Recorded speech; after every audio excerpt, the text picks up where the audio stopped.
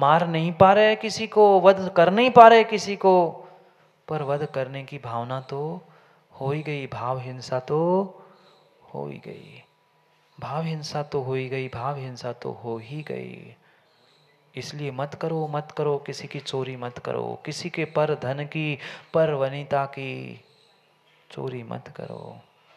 पर धन पर वनिता के पीछे कल परसों ही कहा था रामायण महाभारत, पर धन पर वनिता,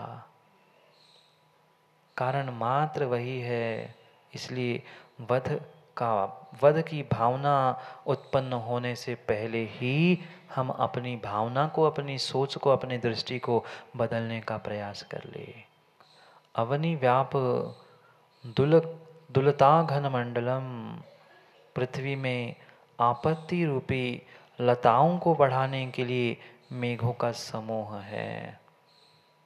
जैसे पानी मेघों से बरसा हुआ, बरसात का पानी अगर सीमित है, मर्यादित है, तो पृथ्वी पर जो लताएं हैं, वृक्ष है, पेड़ है, पौधे हैं, उनको विकसित होने के लिए, बढ़ाने के लिए जो पानी बरसात का निमित्त भूत बनता है, बिल्कुल ऐसा ही ऐसा ही ऐसा ही वह आपत्ति रूपी लता, परेशानी, दुख, विपत्ति रूपी लता को बढ़ाने का अगर कोई निमित्त है, मेघों के समान अगर कोई जल है, तो उसका नाम है चोरी। क्या समझा रहे हैं आचार्य भगवान? बार बार समझा रहे हैं, चोरी का त्याग कर लो, चोरी का त्याग कर लो, चोरी का त्याग कर लो। अच्छा, और ये नीति को धारण कर लो। क्यों करूं? क्योंकि आज का जीव है बिना कारण के नहीं समझता। बालकों को नहीं देखा माँ, कह दो मंदिर जाना है, क्यों जाना? रात्रि भोजन नहीं करना, क्यों नहीं करना? अगर आप उनको संतुष्ट नहीं कर पाओ तो वे कभी भी आपकी बात नहीं मानते। आचार्य भगवान को भी पता था पंचम काल के सभी बच्चे ऐसे ही है, पंचम काल के सभी बच्चे ऐसे ही है। इसलिए उन्होंने कारणों के साथ, हेतु के साथ कहा कि अगर तुम चोरी करते हो तो आपको ऐसा ऐसा ध्वनि का प्रतिध्वनि रूप फल मिलेगा, इसलिए बचो। तुम दूसरों को पीड़ा दोगे, तुम्हारे लिए पीड़ा मिलेगी। दूसरों के लिए आपत्ति रूपी मेघों की बरसात करोगे तो आपके भी जीवन में आपत्ति रूपी मेघों की बरसात होगी, ये ध्यान रख लेना। इसलिए चोरी का त्याग करो। तुम दूसरों को मारने के भाव करोगे, हो ना हो कभी तुम्हें भी मारने वाला कोई मिलेगा। इसलिए चोरी से बचो। कुगति गमने मार्गा, कुगति के लिए जाने का मार्ग है। कुगति का मार्ग अगर कोई खोलने वाला है, वह चोरी रूपी पाप है। पाप करने से कहाँ जाना पड़ता है? पाप करने से कहाँ जाना पड़ता है लिप्टन? स्वर्ग में। स्वर्ग में कह रहा है, स्वर्ग में जाओगे? पता नहीं विदिशा के लोगों की सेटिंग हो कुछ, स्वर्ग में लेगा जाना? पाप करने से कोई स्वर्ग नहीं जाएगा। कहाँ जाएंगे माँ? कहाँ जाएंगे माँ? आपकी पूछ रहा हूं, कहाँ जाएंगे आप? चोरी तो करना छोड़ नहीं रहे, पाप करना छोड़ नहीं रहे, और जाना, जाना ऊपर है, टिकट नीचे की बना रहे हैं। जाना दिल्ली है, टिकट बेंगलोर की बना रहे हैं। मुकेश जी कहाँ जाएंगे? बेचारे न घर के, न घर के, न घाट के। दिवाकीर्ति कौन? कौन? बेचारे न घर के न घाट के। बाकी कौन क्या शब्द आप सब जानते हो, मैं कहना नहीं चाहता हूँ। न घर के बचे न घाट के बचे। चाह तो ऊपर की है पर राह नीचे की है। हर कोई स्वर्ग जाना चाहता है, पर व्यवस्था है, टिकट तो पाप करते करते करते करते नरक की बना ली है। कुगति को देने का मार्ग है ये चोरी। स्वर्गाप वर्ग पुरार्गलम, स्वर्ग और मोक्ष के लिए अर्गला है, बेड़ा है। बंद हो गया सो बंद हो गया। नहीं मिल सकता स्वर्ग, नहीं मिल सकता मोक्ष, और जिसने मोक्ष जाने के लिए अर्गला डाल दिया, उसका स्वर्ग जाने से क्या प्रयोजन? वो स्वर्ग भी शायद ही जा पाए, शायद ही जा पाए। इसलिए बदलो अपने भावों को, कम करो अपनी आसक्ति को पर धन के प्रति। अगर पर धन के प्रति, पर व्यक्ति के प्रति आसक्ति है तो नियम से उस वस्तु और व्यक्ति के प्रति कर्तृत्व भाव होगा, और कर्तृत्व भाव जहाँ है वहाँ दुख के अलावा और कुछ नहीं है। दुख के अलावा और कुछ नहीं है, दुख के अलावा कुछ नहीं है। एवं भूतम स्तेयम हिताकांक्षिणाम नृणां नियतम अनुपादेयम। जो हित के आकांक्षी है, जिनको अपने जीवन में हित चाहिए, उन पुरुषों के लिए कह रहे हैं, उन जीवों के लिए कह रहे हैं, आपके लिए थोड़ी कह रहे। आपके लिए थोड़ी कहा। आपके लिए कहा क्या? अगर आप अपने हित की आकांक्षा करते हो तो आप ही के लिए कहा है, और अपनी हित की आकांक्षा, हित की इच्छा, कल्याण के मार्ग की प्राप्ति की भावना नहीं रखते तो ये आपके लिए कहा ही नहीं है। बहुत अच्छी कही महाराज जी, हम सुनना वैसे ही नहीं चाहते थे। थोड़े से हित की आकांक्षी बनो, अपने कल्याण की भावना तो जागृत कर लो। कितनी क्षुद्र क्षुद्र वस्तुओं को देखकर जीवों की नीयत बदल जाती है। बहुत हजारों लाखों करोड़ों की नहीं, छोटी छोटी छोटी छोटी। वे सुबह सुबह हम जाते हैं, मेम साहब अपन जंगल जाते, देखा होगा, वो बीनते हैं कैसी सामग्री जिसकी कोई कीमत नहीं, पर उसके लिए एक बार तो हमने देखा वे आपस में लड़ रहे थे। सबसे पहले दृष्टि किस पे? खाली प्लास्टिक की बोतल थी, प्लास्टिक की बोतल के लिए वो उठाने वाले होते हैं ना, सुबह सुबह वे लड़ रहे थे। क्यों? पहले मैंने देखा। वो कह रहा नहीं, पहले मैंने देखा। कितनी सी कीमत आएगी? धातु की होती तो कुछ कीमत भी आती, और प्लास्टिक की बोतल की क्या कीमत? वे दोनों लड़ पड़ रहे हैं, मैं ले लूं, तू ले लूं। वे दूर से देख के झपट पड़ रहे प्लास्टिक की खाली बोतल के पीछे। ऐसे ही हुआ, एक नगर में बहुत अच्छे दो मित्र थे, पड़ोस पड़ोस में ही व्यापार करते थे, दुकान भी बिल्कुल उनकी बगल बगल में ही थी। अब दिन बदलते समय नहीं लगता, और दिमाग बदलते भी समय नहीं लगता। किसको क्या देख के कौन से क्या भाव हो जाए कोई ठिकाना नहीं।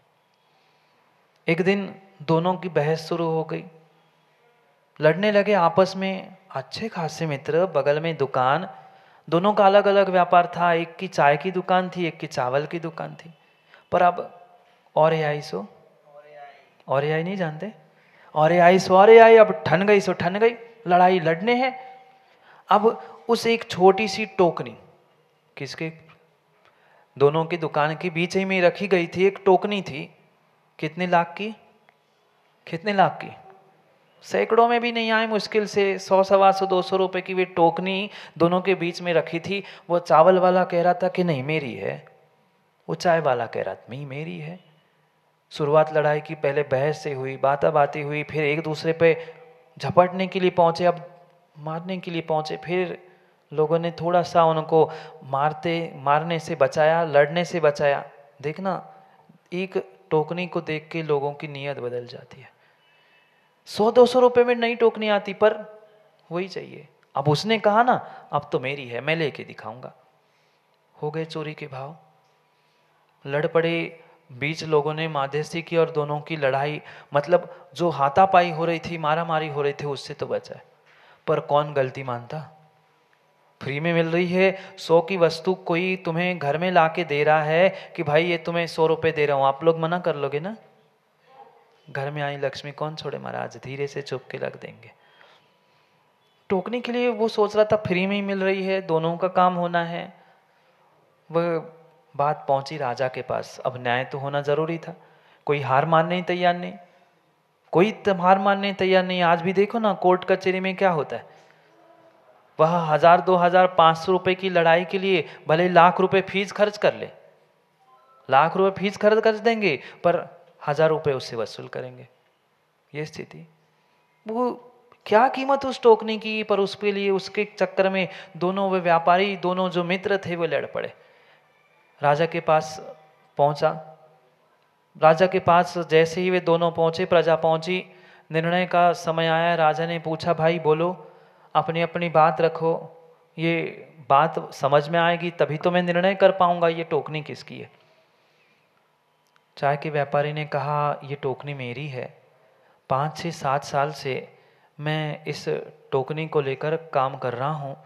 नगर नगर में जाके पहले इसी टोकनी से मैं चाय बेचता था, अब दुकान हो गई है सो मैं दुकान में इसका प्रयोग करता हूँ, 5-6 सालों से मेरी है, मैं प्रयोग कर रहा हूँ सो मेरी है।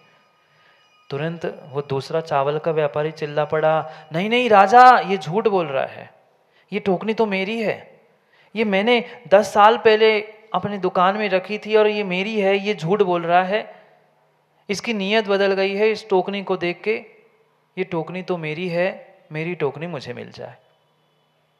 अब राजा चिंता में पड़ गया, प्रजा जितने सभी मंत्रिमंडल में थे सब विचार करने लगे अब क्या होगा। दोनों अपनी अपनी वस्तु कह रहे हैं, होगी तो किसी एक की, कैसे निर्णय किया जाए। राजा ने पुनः पूछा, भाई बताओ, तुम बताओ, तुम्हारे पास कोई गवाह, कोई सबूत जिससे पता चले कि ये टोकनी तुम्हारी है जिसमें तुमने चाय बेची। कहता मेरे पास कोई सबूत, कोई गवाह है ही नहीं, जिस व्यक्ति से मैंने खरीदी थी वो तो चला बसा, अब उसको ऊपर से कहाँ से ले आऊँ, 6-7 साल पुरानी बात है, मैं कहाँ से ले आऊँ। दूसरी बारी आई, उस चावल वाले से पूछा, भाई तुम बताओ कि तुम्हारे पास कोई गवाह, तुम्हारे पास कोई सबूत हो जिससे मैं टोकनी तुम्हें दूँ। वो कहता है कैसी बातें कर रहे हो, ये कल खरीदी हुई टोकनी थोड़ी ना है, 10 साल हो गए जिसका मैं प्रयोग कर रहा हूँ। वह एक व्यक्ति बेचने के लिए आया था, उससे उस समय पे मैंने टोकनी ली थी और वो तो बेच के चला गया, वो कहाँ से आया था, कौन था, उसकी थोड़ी मैं खबर रखूँगा, टोकनी मेरी है, मुझे दे दो। अब राजा तो चिंता में पड़ गया, अब निर्णय कैसे करे, सबूत नहीं, गवाही नहीं है, कोई कुछ है ही नहीं है। राजा ने एक व्यक्ति को बुलाया, सैनिक को बुलाया और कहा ये डंडा ले आओ।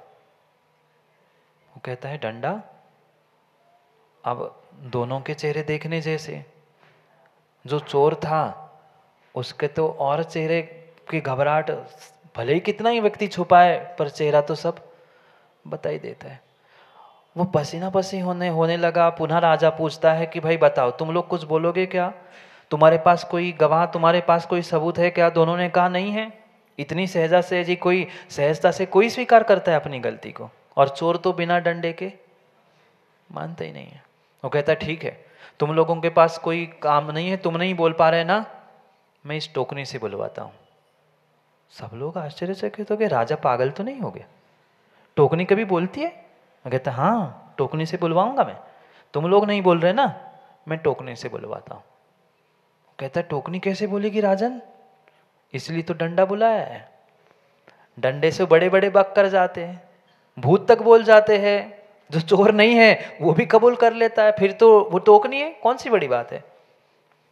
सब जितने लोग बैठे थे, तमाशा देखने आने वाले थे, सब कह रहे थे राजा शायद खिसक गया, टोकनी कब बोलती है, विदिशा की टोकनी बोलती है, नहीं बोलती। वो भी ये कह रहा था कि टोकनी कभी बोलती नहीं है, राजा, हमने तो सुना कि राजा न्याय प्रिय है और बुद्धिमान है, विवेकवान है, ये कैसी उड़पटांग बातें कर रहा है राजन। फिर भी राजा ने कहा सैनिक से, तुम डंडा लाए ना, टोकनी में पारो, 10 घाव, 10 बार उस डंडे से उसे जोर जोर से मारो। अब नौकर तो नौकर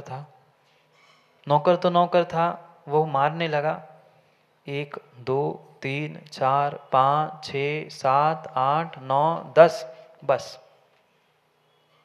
राजा ने कहा बस 10, यानी बस, घड़ी में भी 10, वहां भी 10। राजा ने कहा 10 हो गए, बस, निर्णय हो गया। सब कहने लगे राजा क्या निर्णय हो गया, आप कह रहे थे टोकनी बोलेगी 10, जब उससे डंडे पड़ेंगे तो 10 डंडे पड़ गए, उसकी तो आवाज हमने सुनी नहीं। राजा कहता है हर किसी को थोड़ी सुनाई देती है, हर किसी के कान में थोड़ी बोलती है टोकनी। टोकनी ने मेरे से बात कर ली, निर्णय हो गया, ये टोकनी चाय वाले की है, चावल वाले की नहीं है। चावल वाले को 1 लाख जुर्माना और भी दंड को प्राप्त करना पड़ेगा, क्योंकि ये टोकनी चाय वाले की है। सब सोच में पड़ गए, क्या कान में बात कर ली, क्या हो गया। शायद राजा पूरा ही खिसक गया है। शायद आप लोग भी विचार कर रहे हो कि टोकनी बोली नहीं, डंडे पड़ने से वह निर्णय कैसे हो गया कि चोर कौन है। निर्णय हो गया था क्योंकि 10 डंडे जैसे उस टोकनी पे पड़े थे, जो चाय की पत्ती उस टोकनी में फंसी पड़ी थी, 10 डंडे पड़े जैसे ही नीचे गिर गई थी। जैसे ही चावल की पत्ती नीचे गिरी हुई, फंसती तो है ही, चाय पत्ती फंस गई थी उसमें। जैसे ही 10 डंडे पड़े, चाय पत्ती टोकनी से नीचे आ गई। राजा कह दिया, तुमने नहीं बोला। टोकनी ने सत्य बोला। डंडे खाते ही हर कोई सत्य बोलता है। उस टोकनी ने बिना बोले ही बता दिया कि ये टोकनी चाय वाले की है। टोकनी वह जो निर्णय था चाय वाले के पक्ष में हो गया और चावल वाले को दंड मिला। कितने, किसके पीछे? हजारों की थी, सैकड़ों की टोकनी नहीं थी, लाख रुपए जेब से और देना पड़ा। बदनामी अलग, धन अलग, सब कुछ बर्बाद हो गया। क्योंकि जैसा करोगे वैसा ही भरोगे, वैसा ही, जैसी आवाज़ दोगे, जैसी साथ दोगे, वैसी प्रतिध्वनि के रूप में आपको सुनाई देगी। इसलिए चोरी का त्याग कर लो।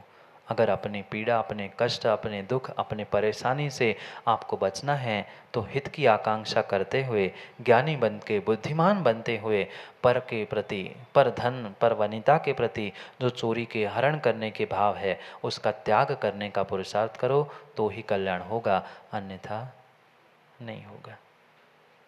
नहीं होगा। समय हो गया। वकील साहब भाग लो टोकनी के पास कि डंडे के पास। डंडे खाने से पहले, डंडे खाने से पहले ही सत्य को, अचौर्य को, अहिंसा को आदि उन अणुव्रतों को प्राप्त करने का प्रयास करो तो ही हमारा जीवन कल्याण के मार्ग पर निकल पड़ेगा। अन्यथा जो ध्वनि हमने पिछली पर्याय में, पिछले दिनों में निकाली है उसकी ही प्रतिध्वनि बाहर से आएगी। अपने अंतर्ध्वनि को प्राप्त करने के लिए अपने अंतर्ध्वनि की ओर बढ़ो, उसकी ओर भाग लो, जीवन में भाग लो, ना कि जीवन से भाग लो। कल करेंगे पुनः समय पर समय की चर्चा को, क्योंकि आज का समय हो गया।